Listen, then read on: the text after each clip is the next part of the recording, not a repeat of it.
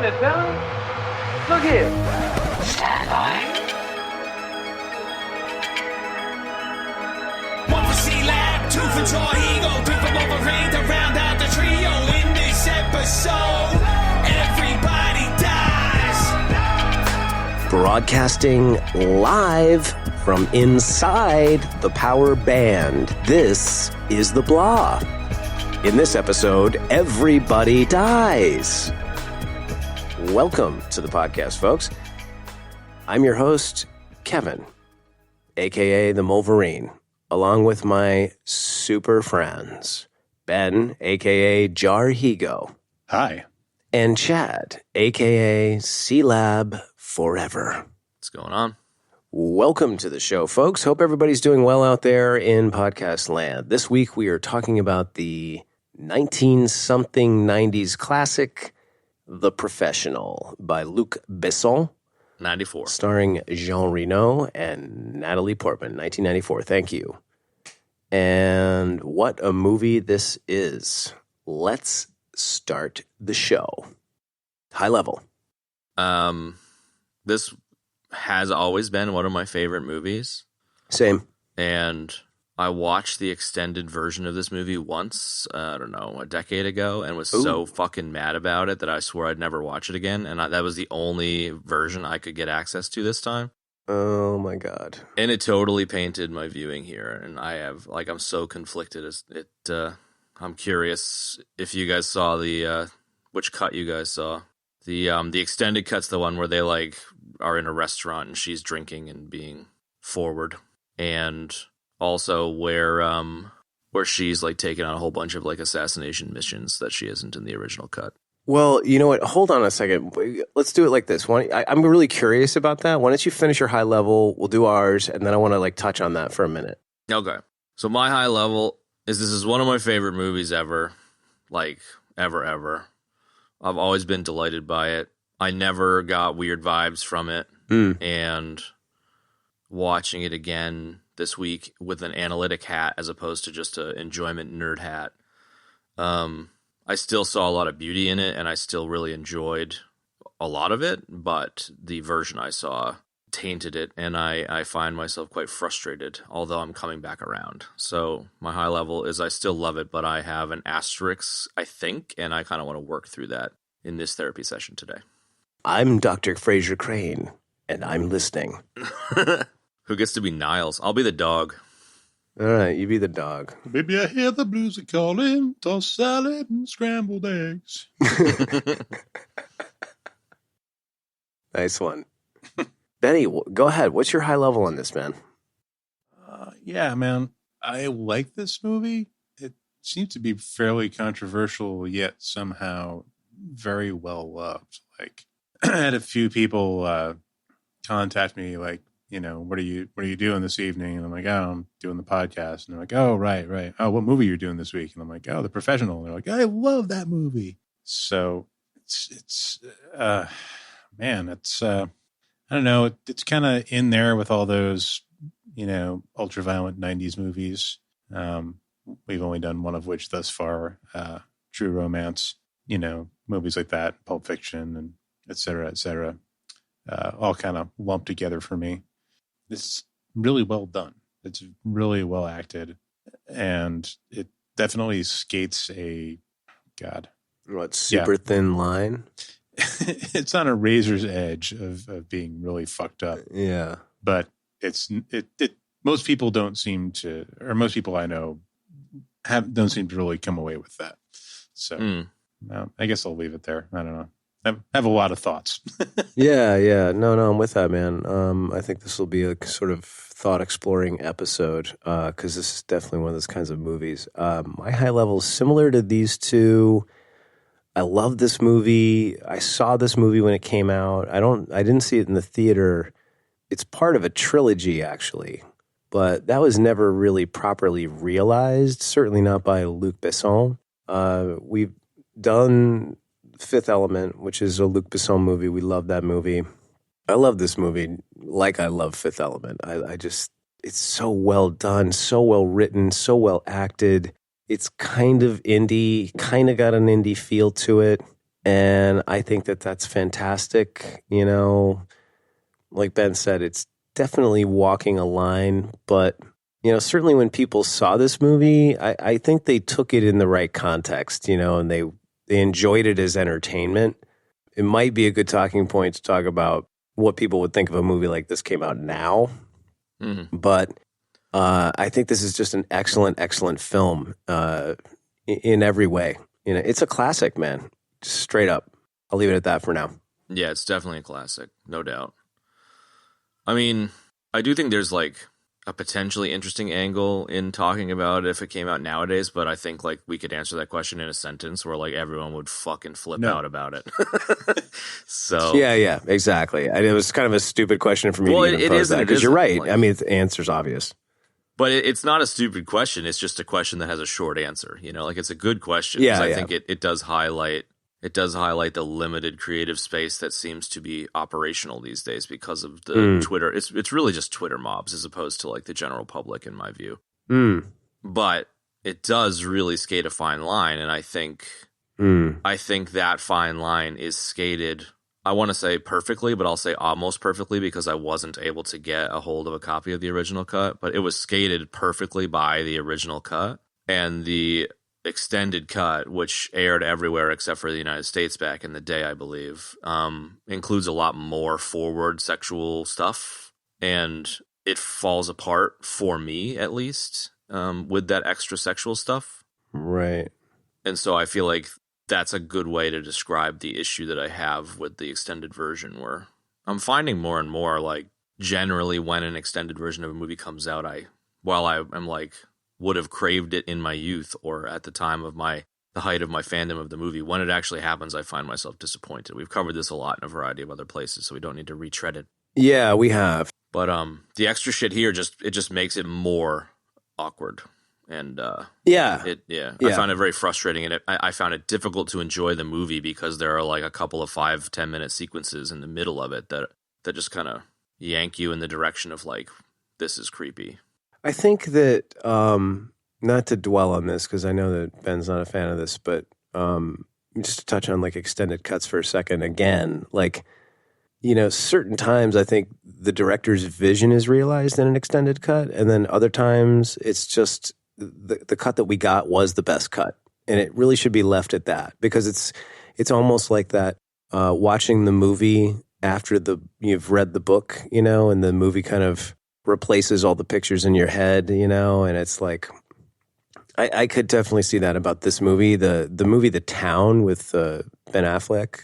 I'm a huge fan of that movie, and I think it's easily one of the best like heist movies since Heat. And I bought the extended cut, and I was like, wow, this is so different. It just completely changes the movie, you know, and not in a good way. So I'm feeling you on that, and I'm glad I didn't see that. That was one of the options that I had for watching, and I actually chose the straight up SD version on Prime because I wanted to see it in its like original DVD resolution, man. Because like that's actually how I like to watch movies. So I don't like 4K. It's too hyper real. So it's frustrating for me because being in Australia, I just don't have access to the original version. Like I could see it on American Amazon on my American Amazon account. And I was like, I want to pay money, and they were like, nope. It's like, God damn it. But don't you use a VPN? I mean, yeah, but it doesn't matter. The VPN, like really. Well, because my U.S. bank account credit card is expired, so I have an AU credit card. So they're like, yeah, we'll sell it to you. And then you click the button. It's like, nope, you've got an Australian card. So like they obviously have some like location restriction on payment so that they don't have people purchasing outside of the U.S. Like half of the videos on Twitter I can't see because they're, you know, outside of the country. You know, it's just fucking retarded. It's really, really annoying. That's frustrating, dude. Yeah, dude. I have the most nerfed internet in the world, and I'm 12 hours ahead of you. So like Twitter and all this stuff, like I can't interact with anybody because everyone's asleep. I'm like, haha, funny. You know, it's like there's like a right. There's a great photo. Yeah, exactly. There's a great photo that I'll make the chapter art for this chunk here just because it's funny. But it's like a person sitting down next to the side of an ice cream cart that has people laughing and eating ice cream on it. And they're like sitting down eating ice cream. And it's like, this is what it's like listening to podcasts. And like, I feel like it's the same with Twitter where I'm just like sitting there, you know, fucking unable to interact because everyone's asleep. Yeah. Anyways, Yeah. silly cul-de-sac aside. Right, you're either super late to the party or super early. Yeah, exactly. The only other thing I would say on the extended cut thing, just real quick, is from what I understand, the producer, I think, and Luc Besson showed the film to some test audiences in LA, and they were really uncomfortable with a variety of scenes that had that sexual stuff in it. And then they chose to cut it as a result. And so, to your point, Kev, I think like instead of it being the director's initial or original vision, I think they took the feedback, chose to cut it, and the film was better for it. So Benny, did you see the original cut or the extended? Do you know which one? Yeah, I don't think I've ever seen the extended cut. I don't want to now. Yeah. Oh, dude, it totally. I couldn't recommend it enough to avoid. I mean, it's on a razor's edge as it is. It doesn't need to go further. Yeah, I don't know.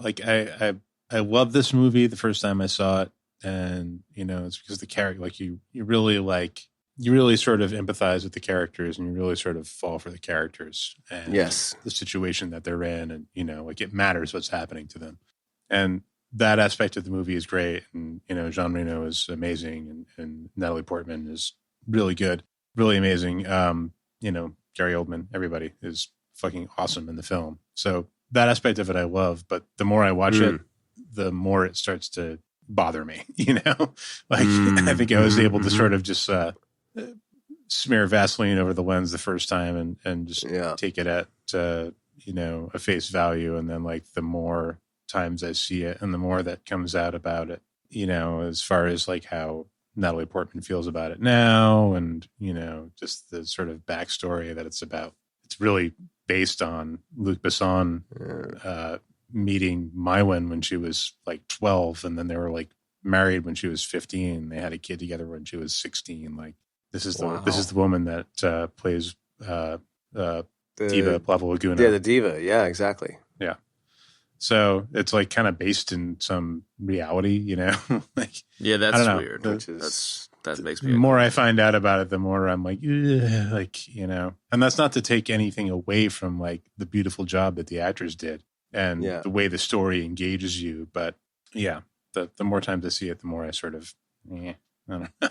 Yeah, I wasn't aware of the truth behind the Besson relationship with Diva Plava Laguna, but that definitely is like, oh fuck, that's kind of gross. Totally.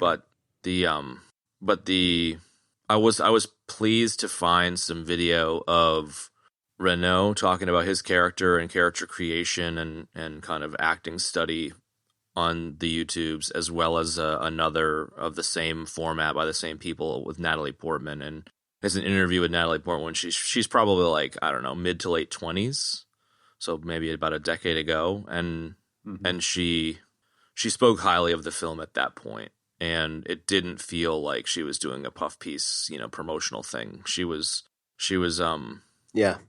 kind of where my head was at up until this viewing, which is like taking it at face value and not assuming that it was an inappropriate situation, and understanding that Matilda's crush on Jean Reno's character Leon is an innocent childhood crush, like any one of us at 11 or 12 may have had a crush on an older person. Totally, man.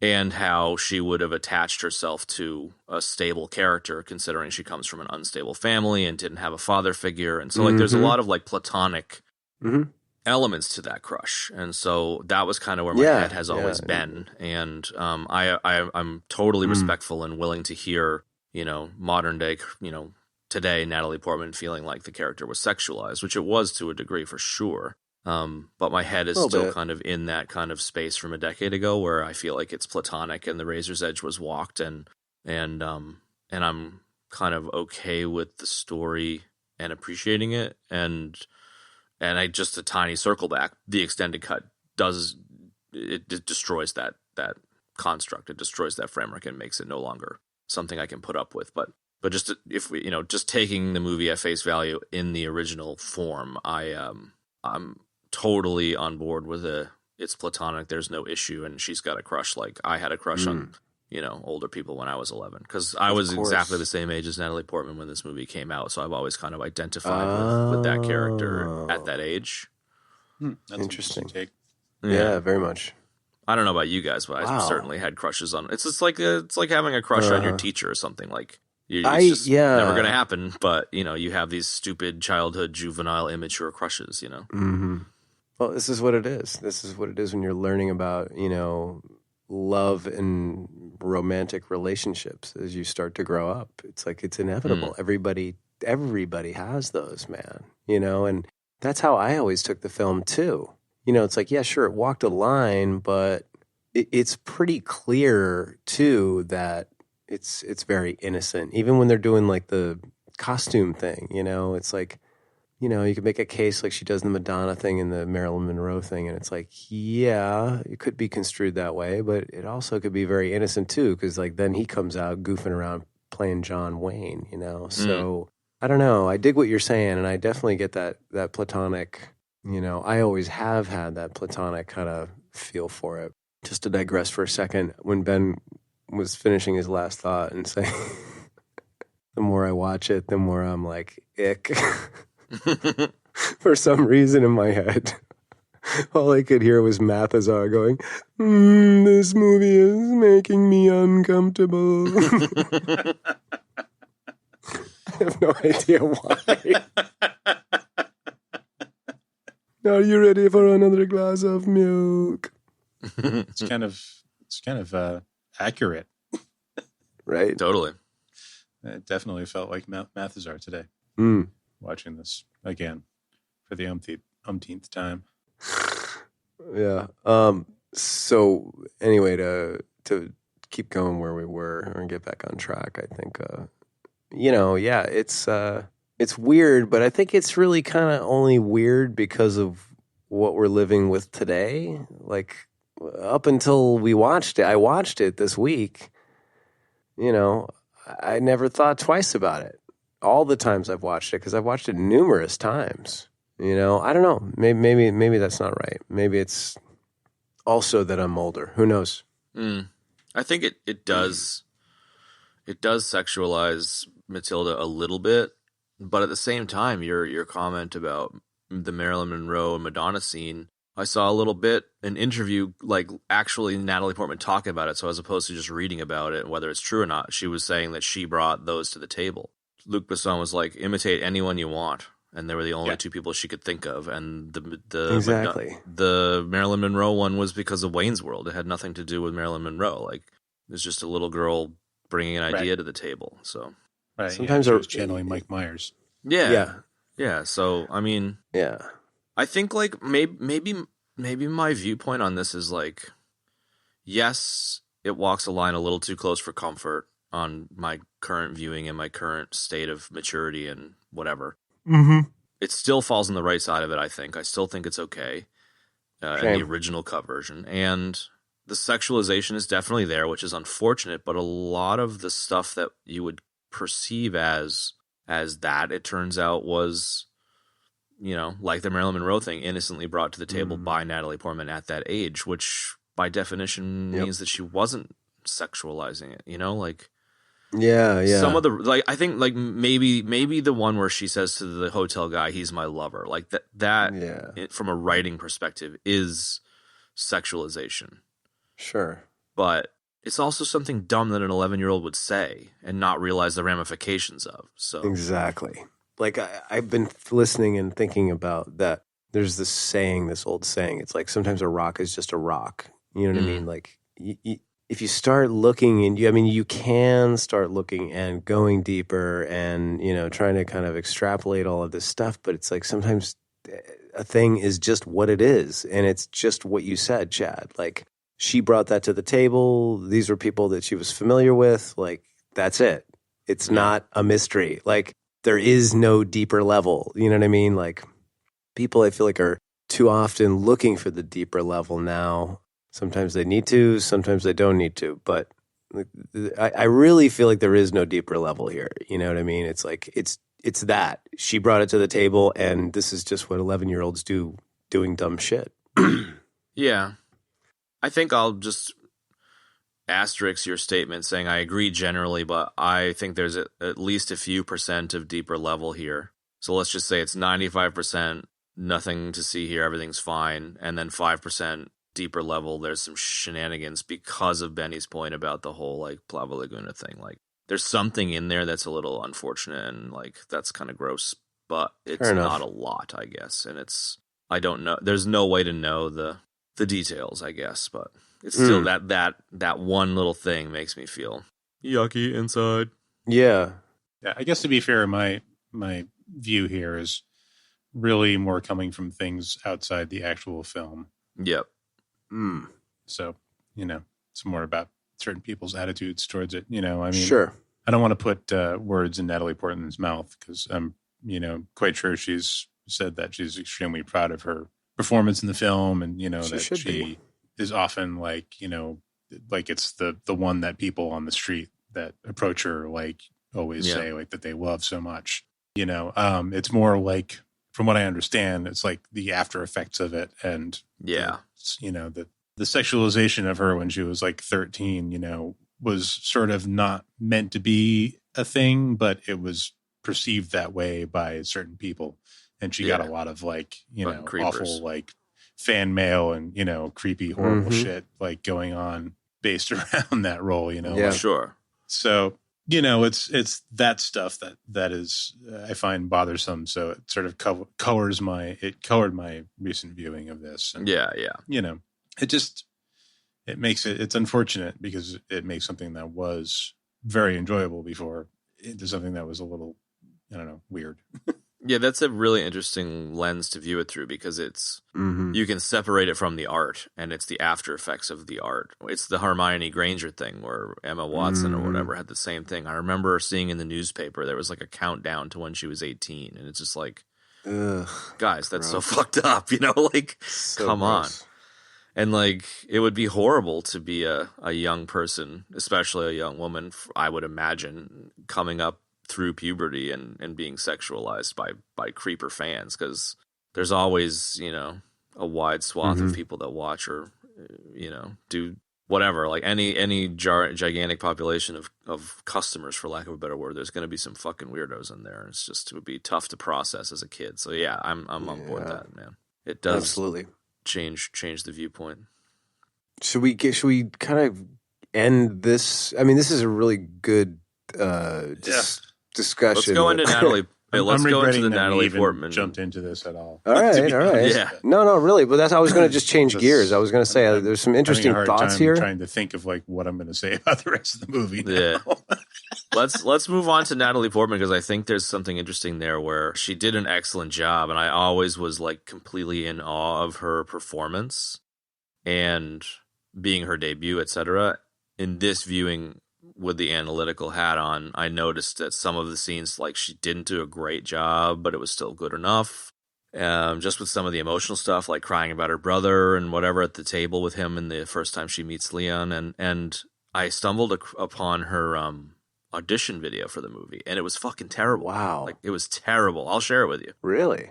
And so I just think it was really interesting to see someone who clearly has talent based on all of her other movies, but it was like in the beginning of her harnessing that talent, which is totally reasonable considering she was fucking 11 years old. But right, to go from like a pretty crappy audition and getting picked, considering the audition, the quality of the audition, and then to see what she did on screen, which is like really fucking solid performance. There's a couple of moments where like it wasn't quite there, but like remarkable performance, especially for a child actor. It's just kind of an interesting space, and you kind of like maybe working with Renault and Oldman and Besson helped bring out, the talent because of their experience. I don't know, but she did an amazing job, and it's an interesting role for a kid. Her as a tween crying over her brother was like many levels above, I guess under the direction of Luc Besson. Her under the direction of Lucas, fair enough. Crying about, giving birth and, OOBA and all that stuff. Like, yeah, no doubt. It's just like so much. This is so much better of a performance than that. No, That's a good point, man. A worthy Star Wars death, but to take a kid with no experience and get that performance out of them and like harness the talent she clearly had, and then take an actor in their prime and just destroy their performance. It was, You almost want to give Lucas props for just how much he fucked up the performances in those movies. Yeah, I mean, I've used that as a defense of Hayden Christensen because, you know, I've actually seen him be good and stuff. Same here. And everybody hates him, you know, and it's like, well, dude, look at Natalie Portman. She's awesome. And her performances in those movies are fucking awful. Dude. Dreadful. Cardboard. It's just that, like, worst shit ever. Faster, more intense, fucking, right. you know, direction style of Lucas or whatever. That's his input. So it's like the scene from Lost in Translation where he's doing the whiskey commercial and the Japanese director talks for like 5 minutes and the translator's like, more intensity. Yeah. Oh, that's funny, man. Yeah, that's a great point, dude. Well, she kills it in this, man. I mean, they all do, but yeah, everybody does. You expect a Gary Oldman or a Jean Reno to do a good job. You don't expect a child actor to do a great job a lot of the time. You know, it's not often that they do great work. No, I mean, she, based on what you just said, I think, or both of you said, like, she clearly was coached. A lot of actors are in films, and probably learned a lot from working with Gary Oldman and Jean Reno. And, like, you know, oftentimes, like, being around people like that will force you to step up, you know, even as somebody that young. I was super impressed, man. She was just fantastic, you know, and I'm only going to bring this up because it highlights what we're talking about. Like, I never really spent too much time in the past dwelling on the quote-unquote sexualized part of it because I was so focused on the character and the story, rather, and the characters. Like Ben said in the beginning, like, the characters are great and they're well written and you care about them, man. You know what I mean? So it's like I really didn't think about the sexualness of it because there was a lot of layers there, man, that really trumped that part. And I think that platonic part and the genuine love that she has for him as her kind of adopted protector and guardian, you know what I mean? Even though he's a hitman, like, there's a lot of real human emotion there and a lot of really great stuff, you know what I mean? And they have a really great interplay in the film, and she's fantastic in it. And I agree, like, the Star Wars movies, like the OOBA shit, God, it's freaking terrible, dude. You know, like, this is probably, in my opinion, one of her best performances still to this day. Definitely. You know, like, I think as now she's gotten into, like, her 30s and stuff, I think that her performances have gotten a lot better. I've heard Black Swan is really, really good, even though I've never seen it. Yeah. I mean, who am I to judge her, really? But, you know, she's out there doing that. I'm sitting here doing this. So that being said, though, you know, like, I still think this is really one of her, like, really, really great ones. You know, this one, Garden State, and Black Swan are fucking great. So yeah, yes, Garden State, dude, Garden State, yes, great movie. Like, it's a hipster movie like a motherfucker, but I still have a soft spot for it. But she plays a great, quirky, crazy, kind of weird girl in it. So yeah, the helmet thing. The helmet. Something. Yeah, no, it was good. Yeah, she was great in I don't know if you guys have seen Annihilation or not, but yes, I did. That was great, man. That would be a good sci-fi movie to talk about. I think Amy Adams was in that too, right? Yes. I need to watch that again because I think I was a little too not in the right headspace for such an abstract film because I love Garland stuff. But shit, you're right. That was Elizabethshue, Ben. Yeah. Sorry, I was listening to both of you. Like, it cool. was Elizabethshue, and that was great because it had some just, like, totally great. It was very female centric, and I dug that, man. Yeah, it was, but it wasn't like the gratuitous, like, girl power moment in, like, the Avengers or whatever. You know, it was like the Avengers bullshit. Very, like, matter of fact. You know, which I think is awesome. That's much more. No, it was it's much better. More approach. in that, like, we're telling a story and there happen to be women in these parts. Like, that's it. Yeah, You know what I who mean? gives a Like fuck? that's Don't call that's it how that out. came up. Was that an Alex Garland movie? Yes. He wrote it. I believe he directed it. Damn. Okay. Another notch for him. You're awesome. So, I agree, Chad. I do need to watch that again, too. That was a really interesting movie. Just on the Matilda character a little bit, I think, again, my viewpoint was not clouded, but my perspective was from her perspective, because I identified with the 11-year-old in the movie as opposed to identifying with the adults, which maybe I identify more as an adult now in, viewing it. So that's part of my forgiveness of the kind of crush, but sure. There's clearly like a thread, at least, to the Lolita story, where in that story, the girl is crushing on an older man and really going for it, and the older man's kind of into it. Like, it's a really creepy, weird book written in an interesting time where I think it kind of broke boundaries at the time. So, like, we don't need to get into that. But one thing I really found interesting about this in researching for the show is Renaud saying that he chose to slow Leon down and make him a little bit, stunted as a person, in the sense of, like, he's not the brightest bulb on the tree. And that makes it so that he's not in control emotionally or intellectually with his interactions with Matilda, and it puts her in the driver's seat. And so whatever she wants to happen happens, and so she's crushing on him, and so there's a bit of weirdness in there, but he's just too dumb to do anything about it, and he would never take advantage of the girl. And I thought that was an interesting way to kind of lead the audience to the conclusion that Leon's a good person who isn't going to take advantage of the situation and will be a father figure as opposed to anything else, and is having kind of an awakening as a character himself that's non-sexual, just like how to care for a person again and stuff. So I kind of thought that was a clever way, the making him a little dim and he can't read and all that kind of stuff. I thought that was clever. I also like that, and it worked well with, like, the whole dynamic with him and Danny Aiello too. You know what I mean? Mm. He was being, I don't know, the interplay of a very deadly hitman, assassin, untouchable, ghost-like fucking. Tell What us is he, the a name dog? of this fucking untouchable, ghost-like fucking button man.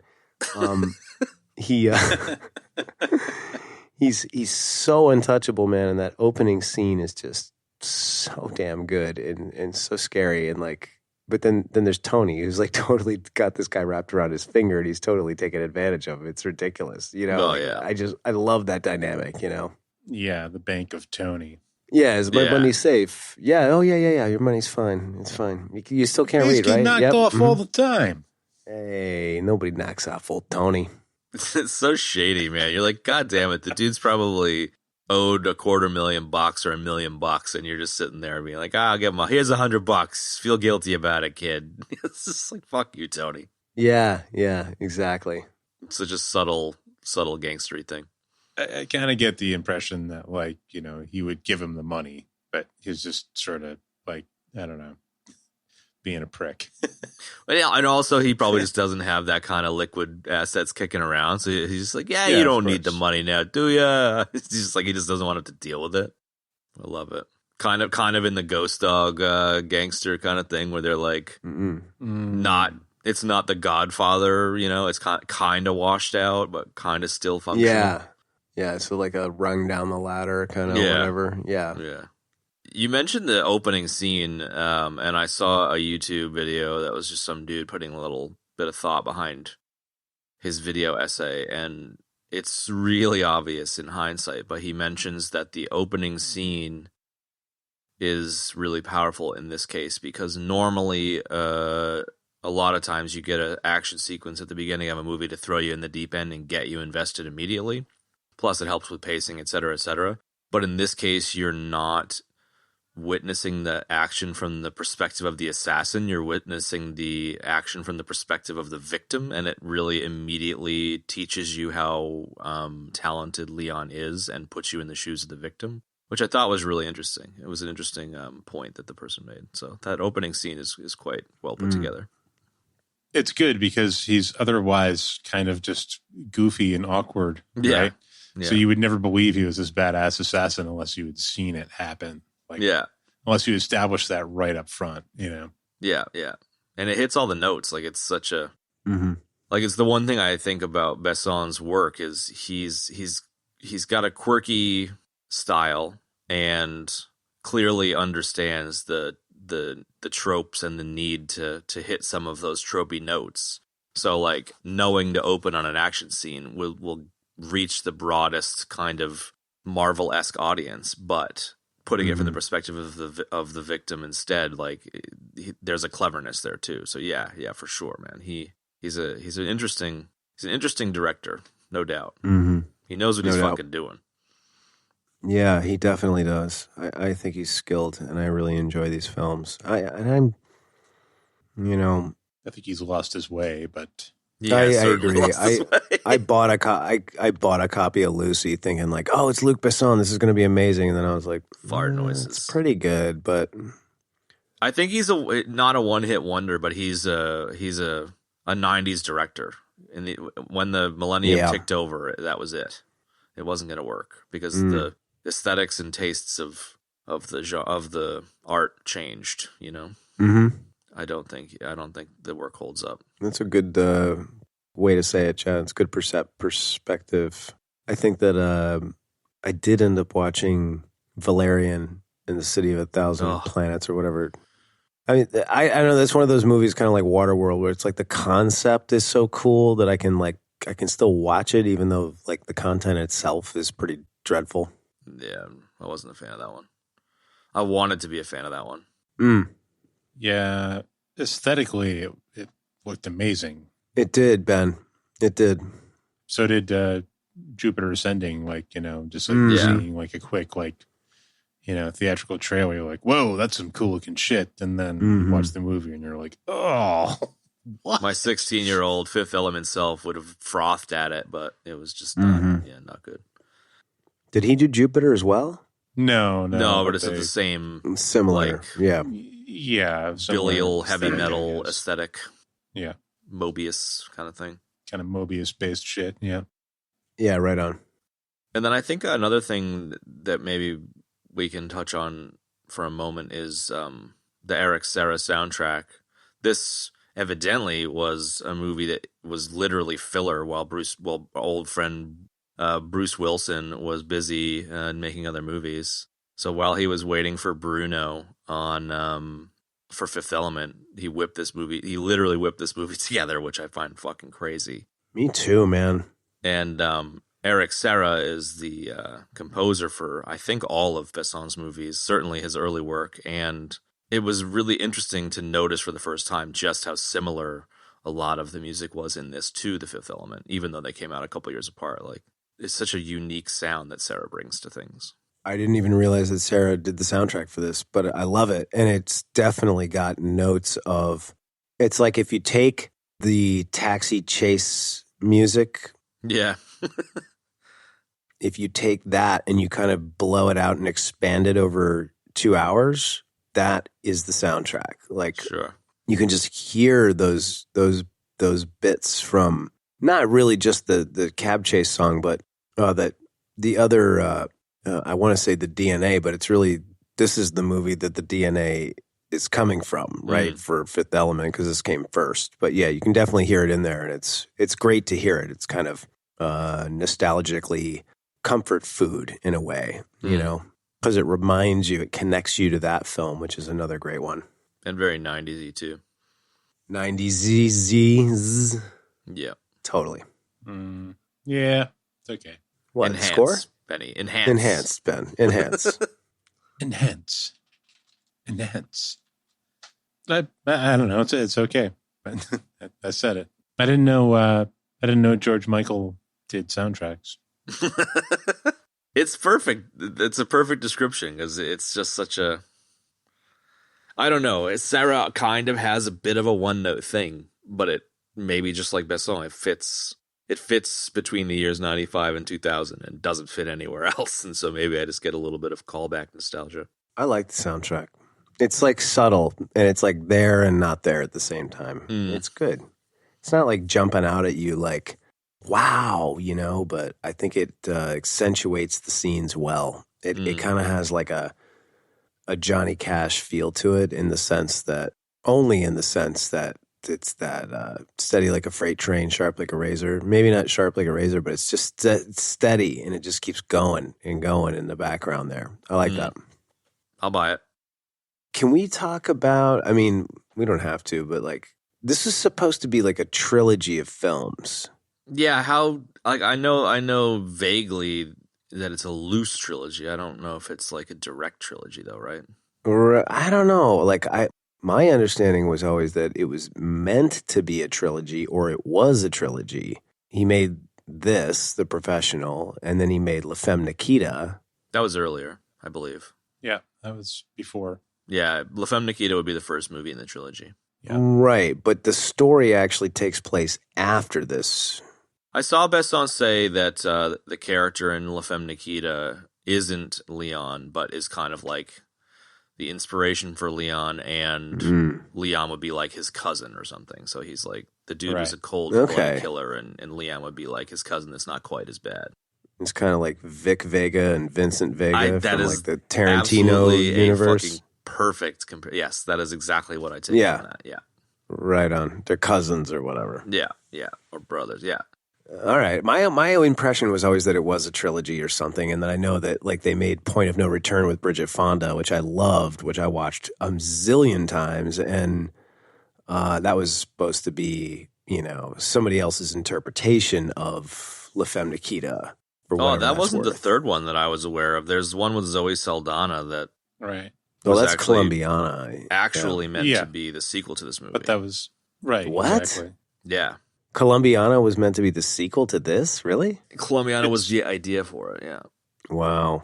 There was meant to be a sequel, but Luc Besson couldn't do it because the studio that he was with at the time he made The Professional owned the rights to it. So he basically just, sort of changed the names and the places. And Oh, I see. Yeah, I haven't seen it. From what I read, Zoe Saldana did a great job, but it's a shitty movie that probably connects with the most of his stuff after. I think Fifth Element was the last good movie he made, which is sad to say. Yeah, unfortunate for sure. Yeah, I really want to go watch Columbiana now. I'm not going to stop you, bro. Hey, let's just stop doing the podcast now. Let's go. Let's go watch Columbiana. Let's watch it live. Come back. back. A watch party. There you go. That'll be fun for the audience. I think it's cool. I think the idea of the trilogy thing is cool. I guess it makes sense in the like Vincent Vega, Vic Vega thing, where like as a creator you kind of create your own little universe. I mean, fuck, we've got our own little universe here on this podcast, so it kind of makes sense. And I'm kind of glad there isn't a trilogy. Every time I love a movie and they make a trilogy out of it, it just doesn't go anywhere. So like the loose, interesting, weird trilogy here, it's an interesting. It's almost better when you do it that way, because then you're actually trying to tie it together in a good way, as opposed to like let's just vomit everywhere and hope it's good, or whatever. Yeah, for sure. I mean, we've ragged on so many trilogies. I'm looking at you, Star Wars. Matrix. That's a death. You're dead. I think The Matrix is one of the more egregious. Dude, I'm so with you. I know you guys are so like I like those movies. I don't trilogies out there. But. Boo hiss to the Matrix trilogy. I was all in. I played the game Enter the Matrix. Like I was into the game. It was tied to the movie. I loved that, man. You could even unlock like extra footage that you didn't get to see in the movies. It equated to like 15 minutes of footage. It's kind of cool. Definitely cool idea. Execution, maybe not so much. Fair enough. Anyway, not dwelling on that. Can we the MTV Movie Awards thing. Yeah, let's reference it again so you can put it in the show notes again. Again. It's only been like once though. Unlike fucking Sunny D. You just said it, now you got to put it in the show notes. We've had more fucking references to Airborne than we have to so a movie that was hated. The movie fucking blew, bro. I love you, bro. but that one sucked. Yeah, but there's a lot of good humor that came out of it. You yourself like could stop thinking about eating your basket of fries with fucking Warhammer, dude. That's true. That's true. Sorry, Green Tides. Gary Oldman. I think we should talk about Gary Oldman. Let's talk about how just over the top crazy he is in this movie, dude. My He's God. so fucking good, dude. Gary Oldman needs to only play bad guys. Like, I'm down with him as Commissioner Gordon and everything, but like, he is just such a good bad guy. I love him as Commissioner Gordon. I love him in Hannibal, dude. That's one of my favorites. I have to check that one out again. That one went under the radar because people were like, the movie died, duh. You know, they didn't want to watch the movie in the first place, so you don't get to see Gary Oldman's amazing makeup and performance in that. He is really good in that. Right? Mason Verger is who he plays. He plays one of Lecter's victims, like the only one that ever like survived. Dude's a talent. I reckon he's one of the best living actors, period. Yeah, I totally agree with that. And, you know, I lost my train of thought, so somebody else can talk. Go ahead. He's great. I was all on board through everything, and then the minute he screamed, "Everyone!" Dude, I love that so much. I was like, ugh. I love that. No way. I totally get that, disagree. Ben. That was the point where I was like, Mozart. no, jump the shark, dude. No way. Nope. You really think it jumped the shark there, dude? No way. Dude, it's just because I've seen this movie so many fucking All times. right. That, Yeah. I was like, would anybody actually say that?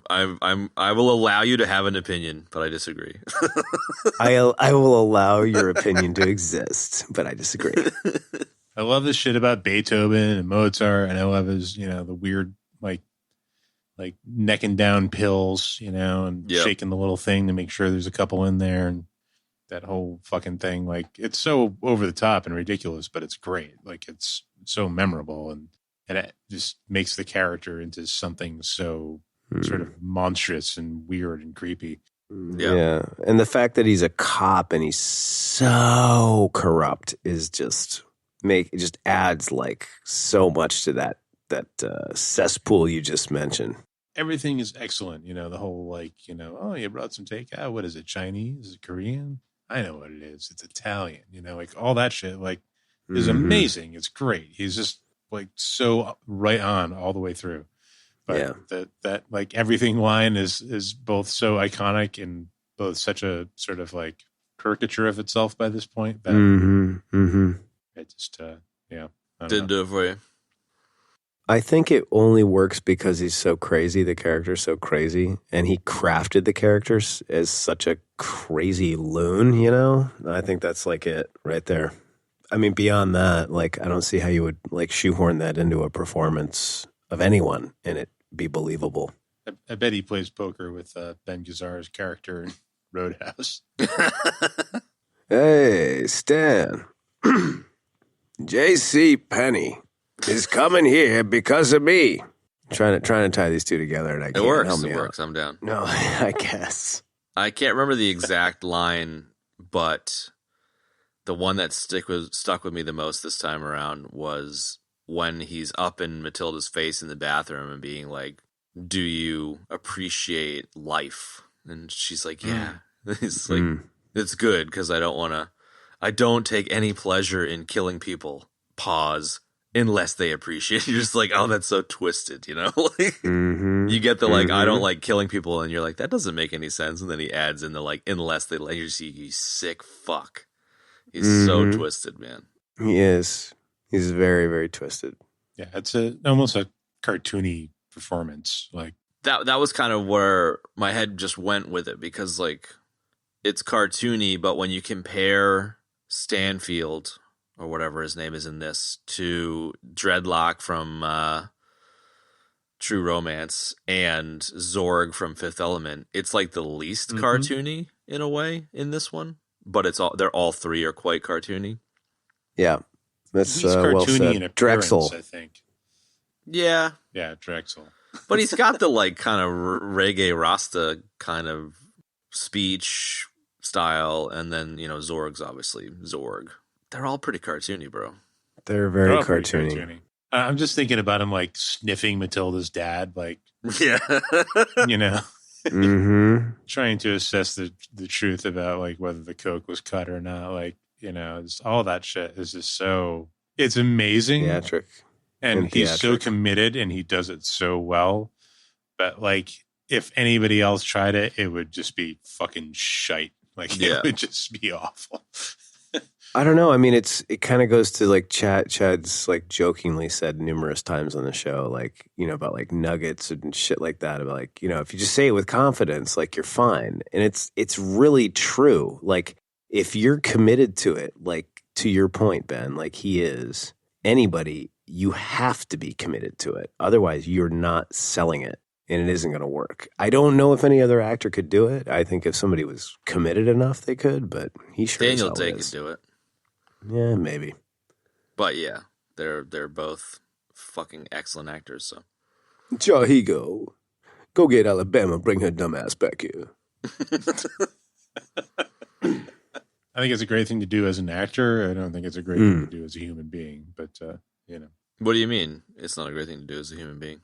To bold-faced lie, but say something with authority so that people believe you is a shitty thing to do as a person. Yeah, totally. But maybe I'm just missing. Or to make shit up and say it with confidence. Oh, gotcha. It's a shitty thing to do as a person. Yeah. I think. On set, it's okay because you're all playing pretend, but outside of gotcha. The man lies, he murders some part of the world. You should know this. I love how much you've got Merlin down. Yeah, man. Totally, so dude. Good. When watching this again, I was just thinking to myself that Jean Reno is the most French person on the face of the fucking earth. And then I found out he isn't from France. So I don't know how I feel about that anymore. What? He grew up in Casablanca and like didn't join the French. He was conscripted into the French army at 20. And then he said he started identifying as a French person, which I just find fascinating because he's just like the Frenchest person ever.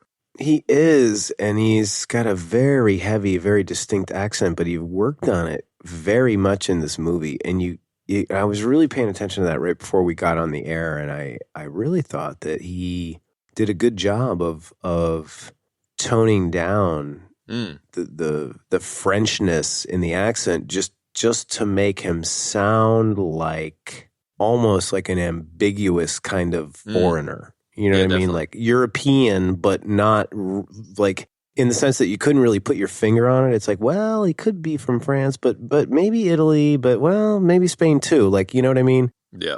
And I kind of dug that about it. So he kind of slipped into it does look very French too, even though he's clearly not French. So I don't know why the hell I just said that, but he does. He looks very French. You know what I mean?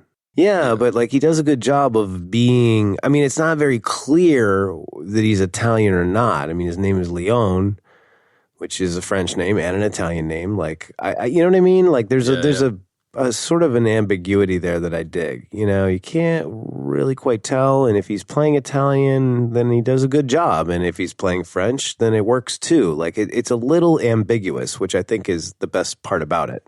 Mm. Yeah, I guess it was written for him, but I couldn't see anybody else play it. No way. This movie like totally launched him, certainly in the U.S. Yeah, it was his U.S. debut, yeah. So good, man. I'm trying to think what else. He was really good in the first Mission Impossible movie, too, which is still the best Mission Impossible movie. Mm-hmm. And what else? He was in Da Vinci Code. I liked him in that movie. I thought he was really intense. I haven't seen that. I think it's really good. I haven't seen him in enough things. Yeah, that though. I agree with Ben. But I would say, I mean, I know he's probably, I'm guessing that he's probably done a lot more foreign language work. Yeah, I think so too. Ronin is an obvious one that we're missing. Totally guessing at that. I might be wrong, but so maybe that's why I'm not seeing as much of him as I would like to. But he was so good in this that I just, he's adorable. He's amazing. He's just so adorable. Yeah, you're right. This is a good word to describe it, Ben. And I think, I don't know if you missed what Chad just said, but Ronin, which is definitely a movie we have to talk about because that is Frankenheimer's last great movie, number one and number two. Jean Reno is so good in it, man. Yep. Yeah, we touched on it, I think, during Fifth Element, but the other Luc Besson movie, The Big Blue, Le Grand Bleu, was his Stardom damn. movie, which I believe neither of you guys have seen, but that's a really good Nope. one too, man. Yeah, I need to check that out. But yeah, he's just such a talent. I don't know. You're right, Benny. Like, I kind of feel like some of these actors, like, I assume they're in a bunch of stuff, but I can't think of anything, and it turns out that they aren't in a lot of stuff, or maybe like not a lot of well-known stuff. But Well, they got to put things in perspective too. When we say a lot of stuff, that's like visual stuff, like TV and film. Like some of these actors will like do a film, and the film happens to do well, and then they're just like on Broadway, just doing plays for years and years and years, and then they resurface again in a movie and get that exposure. And you're like, oh, well, where was that guy? It's like, well, he never really went anywhere. You know what I mean? He was working. You know? Yeah, that's fair. I think you're saying that, was it adorable? Is that what you said? I did. I said he's adorable. Yeah, man. It really, like, the fact that you can call a hitman adorable, it really is a testament to how, I don't know. It's like the two characters of Matilda and Leon have this interesting relationship, and somebody mentioned on a YouTube video, it was like father-daughter, obviously, and then mentor-mentee, which I hadn't considered, but is obvious with the training, and then outcasts. And I think, like, the band of misfits, band of outcasts, and, like, he's an assassin who's not the brightest bulb, who has a good heart, but just, like, cold-blooded fucking kills people, and yet is adorable. And the 11-year-old misfit that he runs into, the stray cat he finds in the fucking hallway, is also, like, sees the adorableness in him, and it's a perfectly chosen word, man, no doubt. Yeah, I think even as an assassin, he has a code, you know, no women, no children. So, you know, well, he's got a yeah. I mean, you know, he's a murderer, but he's straight up murdering murderers. You know, like it's kind of like that Dexter sort of thing, where you know, you're a killer that's killing killers. You're not like going after the innocent per se, you know. Mm-hmm. But that almost, like, the fact that he's an assassin, it's like it's so separate from like who he is as a person. It's just, you know, it's like that's his job. Yeah, going to work. And I don't know what it's like, but I imagine that must be what it's like for people who actually do shit like that. Like, you know, I'm sure some of them are psychotic, and I'm sure some of them are just like normal people. Yeah, no doubt. But I think you're right, Ben. And like I was sort of, it's like if you just took like an ordinary dude or like a dad even, and then you were like, okay, well, give him this job. So like now you take that dad who's like, you know, good with his kids or whatever, and his job just happens to be that he's a hitman. You know what I mean? Like all the morality and all of that stuff and the love is still intact, but he just kills people for a living. Like, I don't know. That's the kind of the vibe you get from him. And that's what makes him adorable, you know, is that he has the code and he has that morality. You know, he's only killing like bad people. And then, you know, like everybody on the SWAT force at the end of the movie. But I don't know. It's like his kind of magic killer combo, as I like to say. But the question I have here, Kev, though, is he a dog or is he a man? Is he a ghost dog? Like, what was the deal with the dog? Was the dog? So is the dog a ghost? A ghost? I love how in love Leon is with his plant. I love how much care he has there. But that's the thing about him that makes him so, as Ben said, adorable. Like, he's endearing because he has these traits and these qualities. He cares about the girl right away. He cares about the plant. You know, like he's all about like dressing up and doing the John Wayne thing and doing the pig thing. And you know what I mean? Like there's so much great, cool humanity in the character. I mean, that's what makes the juxtaposition of him being a killer so interesting and cool. The pig thing is amazing. That is like chef's kiss right there. The pig scene, totally. To use your parlance, Chad. That scene, like I just remember the first time I saw it, it was so like surprising and funny, and just I wasn't expecting it, you know. Yeah, and it was like just very well played. It's been so long since I've seen this that I've probably kind of noticed it before, but I noticed this time around where, you know, her family just got murdered 3 minutes ago, She's sitting at the kitchen table, like, in tears. He doesn't know how to process the thing. And he's like, oh, I've got a pig, and does the whole thing. And he sits down, and he's not very smart. You know, he's not like the brightest guy. And he sits down, he's like, hello, my name is Piggy. How is your day going? And she's like, yeah, it's not that good. You know, like, it's like not the right question to ask the girl that just had her family. She's like, yeah, not having the best day, Piggy. You know? And he's like, ah, shit, I probably shouldn't have asked that question. It's a super endearing scene. Yeah, absolutely. For a second there, you're like, I wonder if he's actually going to bring a little piglet into the room. I recall. You know, like exactly. I was confused, and then he went in there, and I knew it was him making the pig sounds, and I was like, yeah, what is he doing? And then he like comes out with the oven mitt, and I'm like, it's just like so silly, but it's so like like he went for it. You know, like the character went for it. Like it's a super vulnerable moment, and it's kind of not like it works. You know, like it endears him to her. Yeah, she sees what he's trying to do. Yeah, like she's like independent and aware enough to like be like, oh, he's trying to comfort me here. You know, like so that's nice. Yeah, but like it's also just not like. If you knew her or like it wouldn't be the right thing to do. Like that's she's clearly been through some dark shit and is like a little ahead of the curve with maturity and yeah. So coming out with a pig puppet is like, I feel like if I did the pig thing now with my 3-year-old, he'd be like, haha, that's funny. But if it was like 6 months from now, he'd be like, you're embarrassing me, you fucking dick. So like to do it to an 11-year-old girl, it's funny. Dad, stop it. Yeah, exactly. But I like that. I love that she's just like, she sees what he's trying to do, even if it's stupid, and it's just like, maybe like what it is she gets no real love from her own family. So this attempt at connection is like, it's like a glass of water in a desert for her, She's just like, well, it's like, yeah. I don't care if it's cheesy, like, yes, more connection, please. Thank you for caring about the fact that my family just got killed, like it's. But that's the way people are, man. Even loners, like your people are just, they're wired to connect with other human beings, man. And it's like it'll just sort of happen by default on whatever level the person's wired for, man. Even if they're like super introverted or whatever, like it's like it just happens, and that I dig that. It's like so she just naturally gravitates towards him. She doesn't really have an option, man. When she comes back with the stuff from the store, it's like, it's such an incredible scene, dude. Oh, dude. So violent and scary and like, please all open that, the door. Please open the door. Yeah, dude. Oh my God. Yeah. Please help. Please help. Dude, I don't know if you guys were making inferences for Plava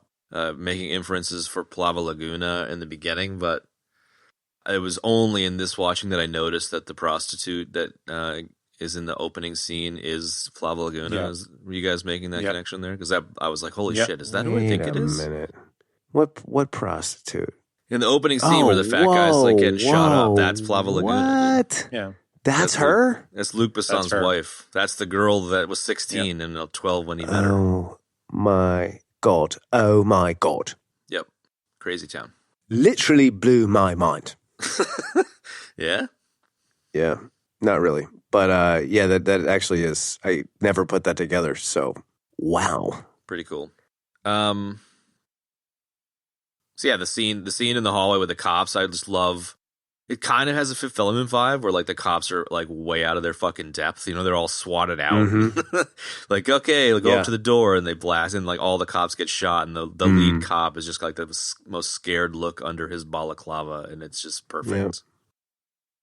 Yeah, and he does. He is scared shitless. But when all of the other cops come up later, like when he puts, like I always thought when he put the policeman's gear on, like I was like, that is so brilliant, man. Like, I mean, talk about just being invisible and blending right in. Except for when the guy's like, yo, you from the precinct? Yeah. The Frenchest accent ever. Yeah. And then the way that guy keeps watching him, like a hawk, is really, it's tense. Like it adds this great tension to the moment because you're like, oh my God, is he going to get caught here? Like, what's up, man? Yeah. And then he doesn't. Yeah, he's like, oh, I'll put my mask back on. I can breathe better with it. Yeah. And the medic's like, yeah, totally. Yeah, put the mask back Yeah, on. all right, no worries. It's just like the opposite of like every fucking viral argument there is going around today. Exactly. Totally. We don't need to go there. No, but Funny. That's funny. I think one of the most powerful scenes in the movie for me is the oven vent shaft, where he's just like, you know, she's on the ground trying to like dodge bullets. He's trying his best to have control of the situation and get them an exit. Smashes the hole in the shaft, sticks her in, and it's like as she's about to drop, she's like, wait, I won't fit. You won't fit. I barely fit. And he's just like, you've awoken something in me. Like, I want to, you know, live a good life. And it's just like wiping the hair out of her face, like I do with my kid when he gets out of, you know, I'm drying him off after a bath or something. And Sure. it's so like, it's just so powerful. And they're just, you can tell that that's it. And yeah, it's a remarkable scene. That's what makes it great. That's the human connection. That's what makes this movie so good. Or a huge part of it. It's a great scene, and then they try and give you the like, is he going to get out? Is he going to get out? And then, you know, they pull the pin on it. But I love that shaft. Oh, no pin intended. Oh my God. That's a death. That was so terribly awesome. It's a death. Barefoot Bruno would not approve. He would not. That's true. He would not. I still can't just get over that cop, man. That cop leader is just scared out of his fucking mind. I just love the idea of a bunch of SWAT heads going up and being like, we're so fucking SWAT. And then just getting their shit pushed in by this Italian fucking assassin guy. Go look around the corner. The dude sticks his head around the corner and just gets a gun put straight to his forehead. He's like, you see him? Yeah, I do. Yeah. I don't know. What struck me about all that was like, there was like 1 million of them. Like, there were so fucking many. Like, they were lined up going up the stairs. Like, yeah, they were like the Smiths in the Matrix. yeah, right. Like from like the ground floor all the way up the staircase. Like, there's just nothing but like cops and SWAT gear with fucking automatic weapons. And like, I don't know, it just made me think like, Jesus Christ, man. Like, do these guys really need this much? You know, like they have like a fucking rocket launcher and like, it's like, holy fuck, man. Like, the cops are ready to fucking wage war against civilians, like, at any moment here. It's realistic enough in a way, though. You know, there is some precincts that have that kind of army gear shit. I guess. I don't know. I found it appalling. Yeah. But it's just cartoony enough, you know. I think it's just movie fake implausible enough to just ratchet the tension artificially. I thought it was realistic enough to be appalling. It's kind of like when you eat cereal as a kid and you put sugar on it and you just like dump so much fucking sugar on it and you're like, I shouldn't eat this, but you're like, fuck it, I'm doing it. You know, it's that kind of thing. Like scooping the sugar slurry with milk out of the bottom. There's no cereal left at all, but you're still like just crunching it. Yeah, you're like cracking teeth on the sugar. That's how much they dialed up the silly, unrealistic meter for the cop scene.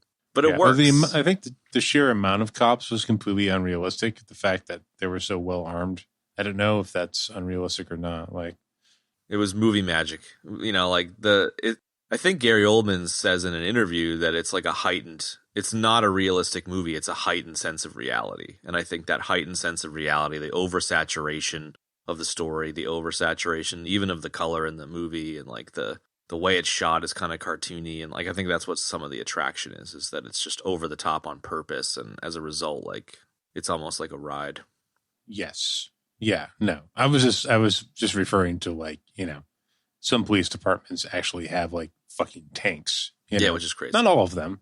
I'm not saying it's like an epidemic. I'm just saying like that's what I was. But talking. if you happen to be a cop or a SWAT guy, and like even if you were like the coolest, chillest, non-shittiest cop ever, and you're all trained up and like really disciplined, you'd still be like kind of like, sweet, we can go use this stuff now. Let's go. You know, like you just be like, we can finally bring out the tank and rocket launcher. Let's go. But it's kind of like scary any job. I think any job is like that. Any kind of got a piece of gear, like, you know, or pieces of gear like that at any job.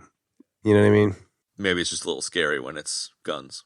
It's just different because it's like law enforcement and all that. Yeah. But it sets us up for him having a gas mask and brought down the stairs. And everyone's like, good job, buddy. Hey, make room for this guy. Hey, he got shot. OVE. OVE. OE. She jumps out. She's all like covered in dirt and grime and shit, walks out in front. They're like, get out of here, kid. What are you doing here? And the plant. She's got the plant, right? And that last scene, I forgot how beautiful that last shot was with Jean Reno walking towards the open door, and it's first person walking towards the light, and then there's no sound of the gunshot of Gary Oldman shooting him, and he just like the camera drops to its knees and then falls on the floor. It's a really gorgeous way to send Leon off before the grenade stuff. Yeah, I don't really have much to add to that. I think you're right. It's really, really well done there. I suppose we're in bits and bobs territory considering how play-by-play I'm being here, but bits and bobs. The the ever quotable "This is for Matilda." Like the way he says Matilda is the most accented. It's just so cheesy and funny and great and perfect. He loves her. It's great. Puts the fucking pin in his hand. He's like, "Oh shit." And that's it. That's the movie. What'd you think? And there you go, folks. Nuggets test ratings. Yeah, kind of bummed out that Leon had to die there. But yeah. If he didn't manage to take out what the hell is Gary Oldman's character's name? Steinfeld or something? Stanfield. His name is Norman What's Stanfield. the deal with the grenade pin? I love killing people. What's the deal with the plant? Stansfield. Yeah, if you didn't take Stanfield out, then Stansfield. It would have been too much to take, I think. But I like that he takes him instead of.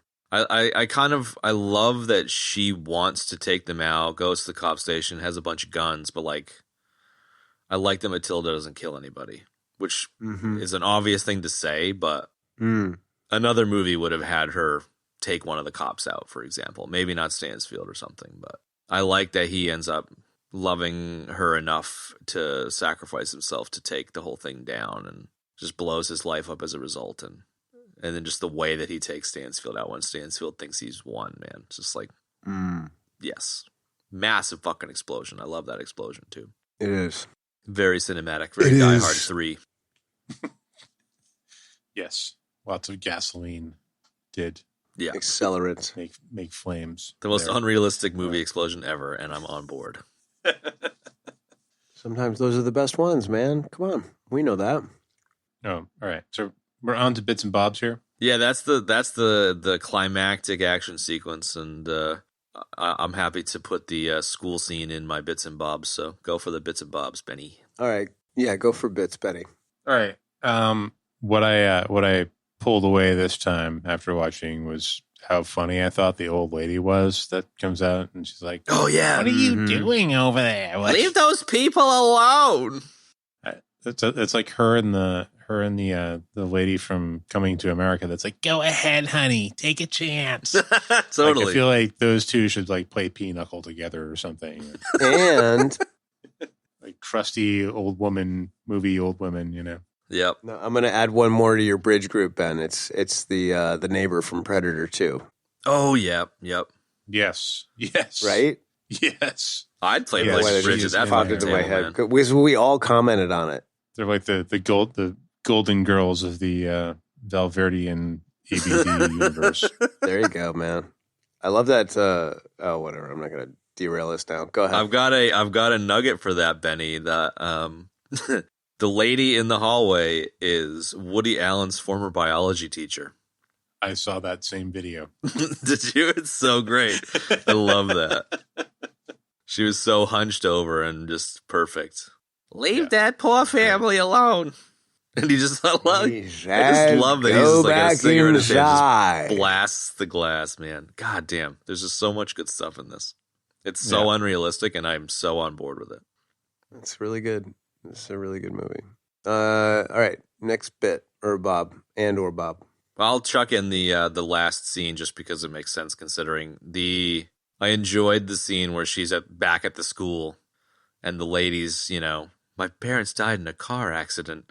She's like, we didn't give you a chance, and we want to give you a chance. You just need to be honest. You have to be honest. Please just take a chance with me. He's like, okay, my parents were killed by the DEA, and I lived with an assassin, and if I don't come to school, I'm going to be dead by tomorrow. And she's just like, uh-huh. And I just, I don't know. I love how sometimes as an audience member, knowing the truth of something, you can recognize that, like, she's telling the truth, but the person she's talking to doesn't believe her. And it's just such a nice little bait and switch. The school marm would just be like, fuck you. But it's totally true, and I love it. Yeah, that's a good point, man. I like that. I guess it's my turn. Let's see, Bit and or Bob. I don't know. Like I said it before. It's just the whole like dressing as the cop with the gas mask escape. I thought it was so brilliant. I loved it. I've always loved that. Walk right out the front, like in plain sight. It's just, I don't know. Really, really cool. I dig it. Next contributor. Get any other thoughts on shit we didn't cover, Benny? Yeah, the pig scene is up there. Yeah, I'll agree with that. That's way up there. Every time Gary Oldman necks a pill is up there. Oh yeah. The whole first assassination, it so sets the tone for like how skilled he is. It's so good. But the way that you just said that coming off of the Gary Oldman thing, I thought you were going a different direction with the whole opening assassination is great with getting Leon's skill, but I love the opening Stansfield murder spree where he's like Beethovening around with a shotgun. I never put the two and two together with they're both similar sequences in a different way, but just the way that he like blasts the fucking 15-year-old girl from, in the back with her aerobics gear on, and they take out the 4-year-old kid. Yeah. Blast the mom in the bathtub. Like, it's just some seriously heavy shit. But it's really stylized as well. Yeah, it is. I don't know. You're right. They are very similar. I had a hard time with the little 4-year-old kid. Oh, no doubt. That was no doubt. Awful. Even the girl, even the 15-year-old getting blasted in the back. Like, it's fucking heavy duty, man. All right, next Bob.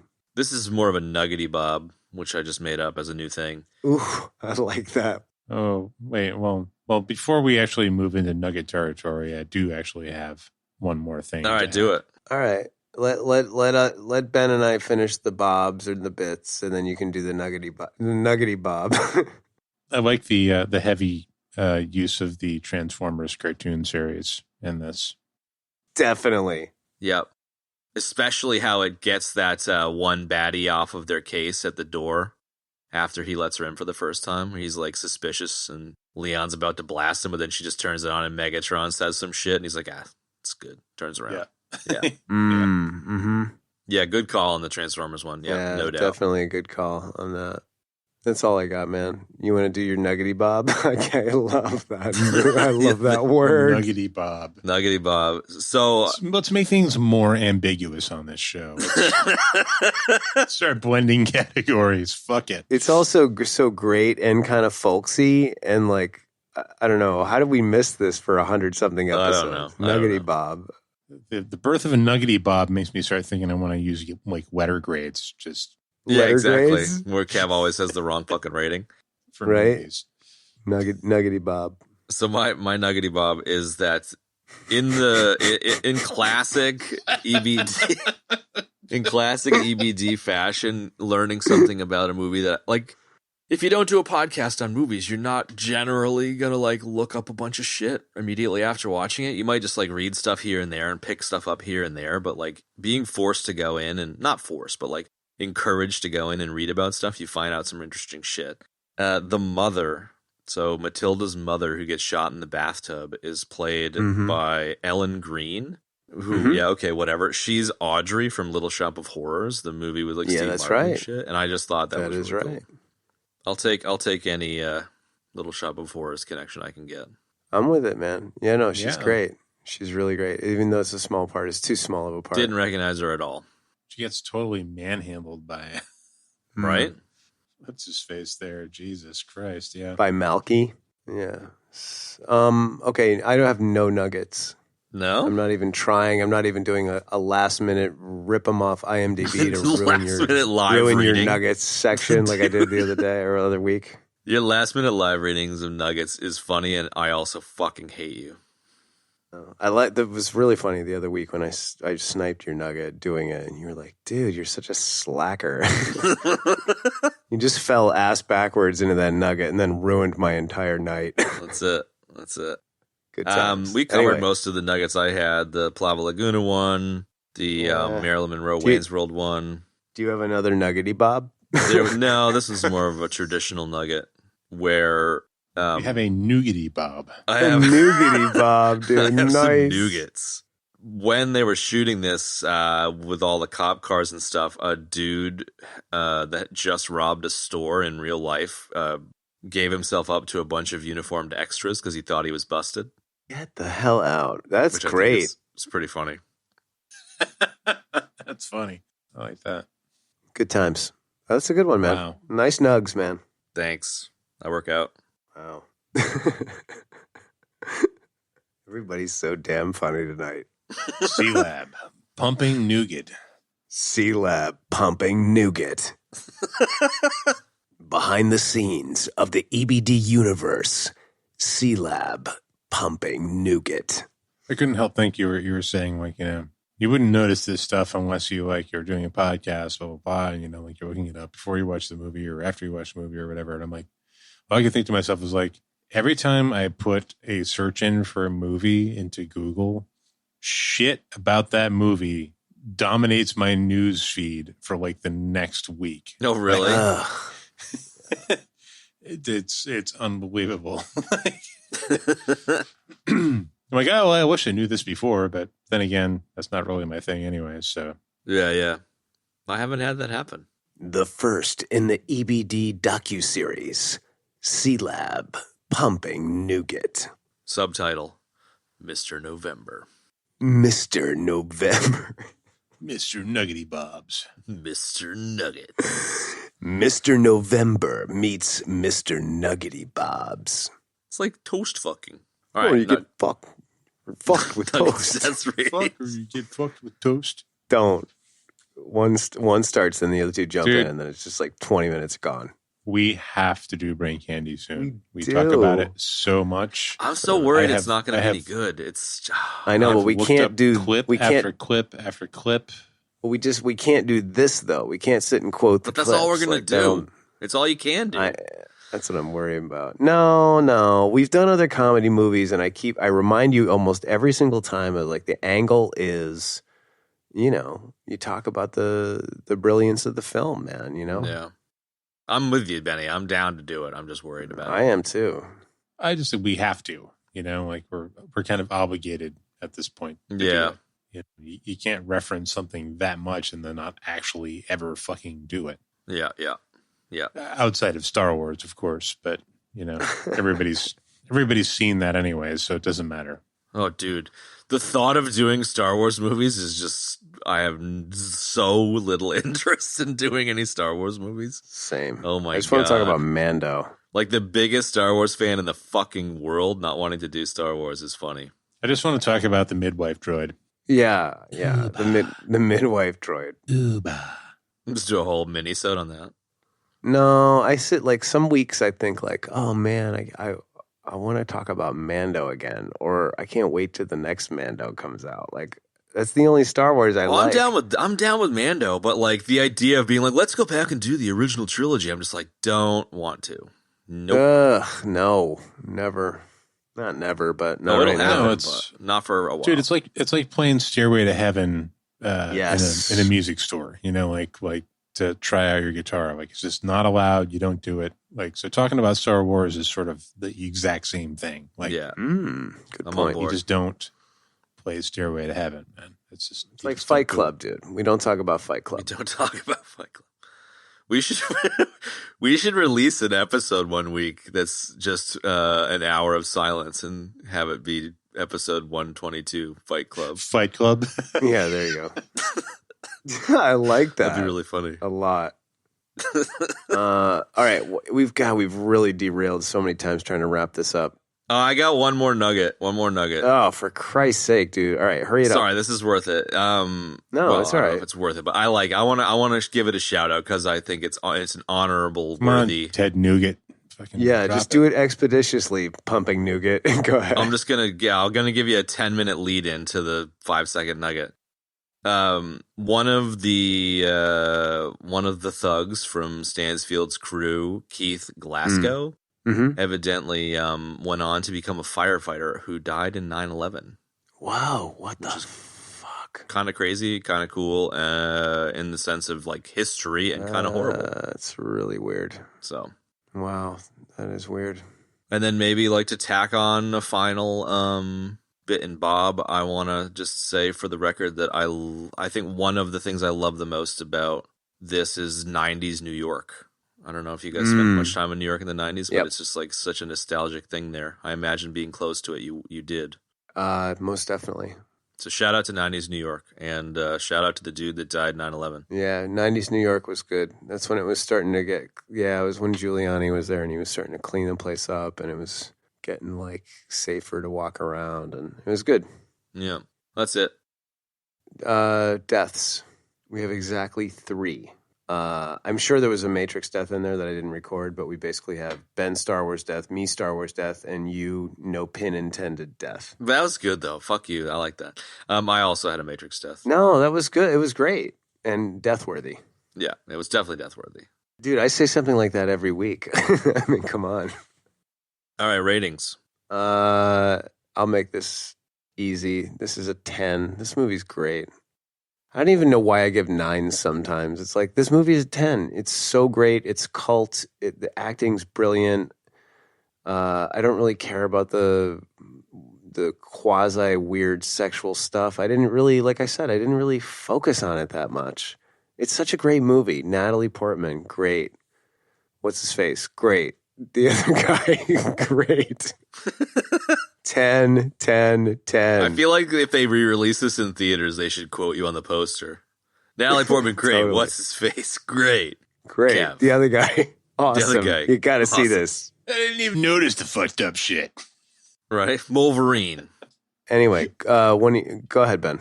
I think this movie is like a true 10, but I've seen it a bunch of times. And as I said, the more that I watch it, the more it kind of, I mean, not even related to the weird shit, but just the movie itself. Like, the everything line was amazing the first time I saw the movie. And now It's like Fonzie jumping the shark. Like, it's just Snore. too much. Yeah. So I'll leave it at that. Like, my last viewing of it was low, but if you've never seen this before, you should give it a watch. Definitely. It's got some very endearing characters, and it's a romp. It's a must watch for film fans and for breakfast fans. It sticks to your ribs, does it? This is a movie for milk fans. It is a movie is. for Milk fan, fans. totally. For those who love dairy. Folks, if you like milk, check out The Professional. A lot of milk in that movie. For the lactose tolerant. This movie is for you. I want that to be the title. The Professional for the Lactose Tolerant. Dude, please make that the title, man. I'm writing it down now. All right. Yeah, so this is one of my favorite movies. It's going to rate very highly. It better, or I'm going to get actually pissed. So it's like a 5.9, which is a good movie. It's a 3.2. The I was very conflicted. I knew, But it's in good company, though. Which is fair, but it's better than this, so that makes it okay. I knew what the rating was for this movie on the algorithm prior to this watch, and while watching it, I was like, God damn it, I need to knock this thing down a peg because of the extended cut. I've come back around, and I'm happy that it remains where it is. I still very firmly feel that it walks the line that it needs to walk, and that I don't get creepy shit out of the original cut. And this movie is number 5 on my all-time list of movie greats. It's a 9.5. It's the highest rating I give any movie. Wow. And it If you haven't seen it, dude, you need to see it. And you need to see the original cut, not the extended cut. That's all I have to say. Wow. I am floored. Yeah, there are 7 movies that have a 9.5, and it is one of them. Excellent. Excellent stuff. Okay. Stop saying okay. Okay. I'm saying okay. Okay. Okay. Okay. Okay. Algo Chad Lab. What are we watching next week? We don't know yet. I think we should do an action movie next week. I love that. It's a mystery. Benny, what do you reckon? What's a good action movie? It could be an Arnie movie, too. It could be the T2 we didn't do the other day. You call it, Benny. If we've not learned anything and going in reverse order is, well, I guess it's the Terminator universe. It's all fucked up anyways, but. It is. Call it, Benny. Call it. I watched most of Dark Fate, and it was... Is that the new one? Correct. The bit where Arnie says he's a blind guy is pretty funny. Dude. It's got my girl Mackenzie in it, so. That's true. A little partial. Who's your girl, Mackenzie? The baddie. No, she's not the baddie. She's the good guy. She's like the enhanced human that comes back to assist. The enhanced human. Enhance. Well, you know what? If we had a fragrance, it would be called Enhance. Dude, I love that. Enhance by Jarhigo. He's just clickety-clacking on some cherry fucking red key switches. That would be cherry browns, my friend. Cherry brown. Fair. I don't know what that would smell like, but anyway. Nerd sweat, bro. Urinal Nerd cakes. Sweat. Don't eat the big white mint. Yeah, but I so want to get that down. We take a rocks glass. We fill it with rocks. In a Morrison pestle. I love when we wake up at the end of the show. We smash up the big white mint, and then we put it in the rocks glass with some rum and a bunch of sugar. And then we garnish it with a scrunchie. Ooh, I think we have a secondary drink to go with the Barefoot Bruno, folks. No doubt. Everybody likes it. Everybody likes a nice rainbow scrunchie in their drink. Wouldn't you agree there, mijo? I sure would. Oh my god. So it's a muddled urinal cake in a mortar and pestle with what? Okay, so it's Booze. actually the mijo mojito. Okay, that's better. I mean, a mojito is like smashed up mint leaves and sugar and rum and lime juice. So instead of the actual mint leaves, we're using the big white mint from the urinal. First, we take the big white mint and we crush it up real good. And then what's the alcohol? It's rum, of course. Okay. And a bunch of sugar. Okay. And when we serve you the drink, we kick you in the balls. I love it. All right. Can we finish the show? Yeah, what movie are we watching next week? Benny, call it, man. It's your call. You call it. Yeah, we got a classic. Cyborg.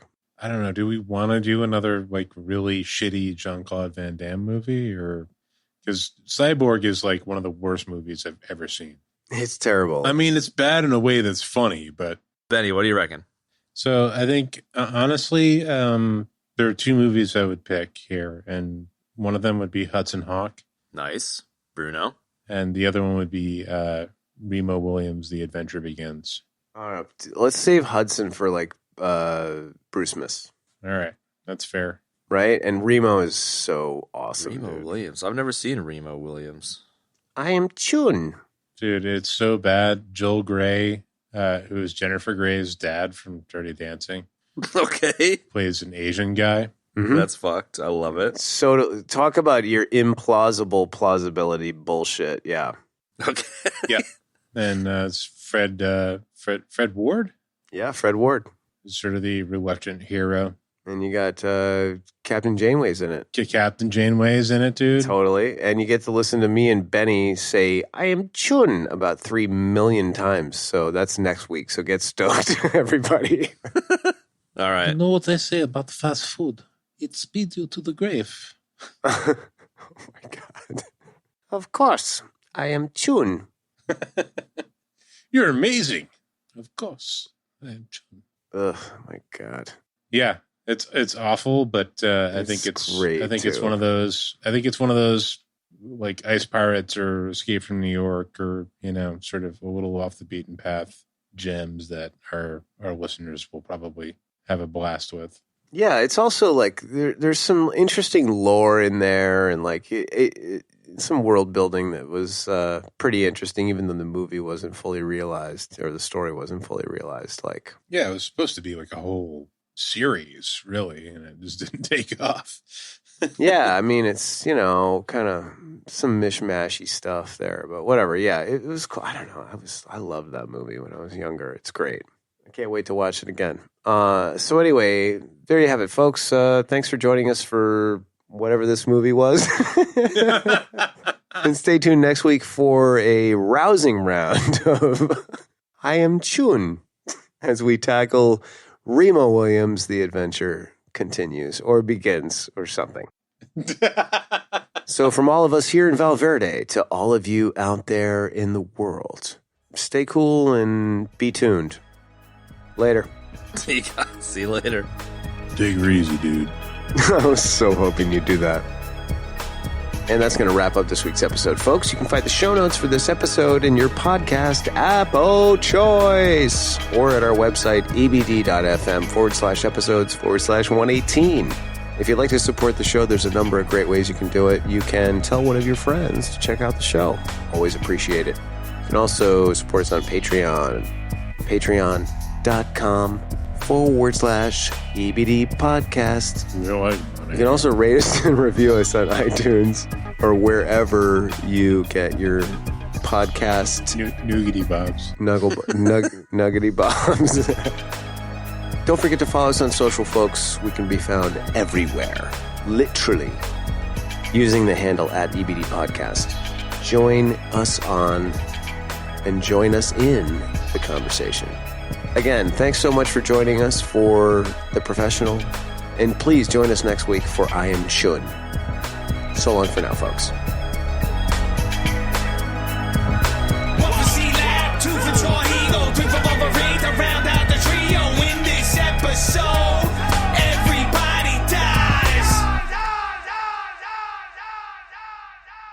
Beady, beady, beady. K-Capshaw! It's like we're all just like, yeah, man, it was sweet. And then at the end, we're like, hill. Oh, my God, I love that. First, we get a mortar and pestle. Then we get the big white men from the men's room.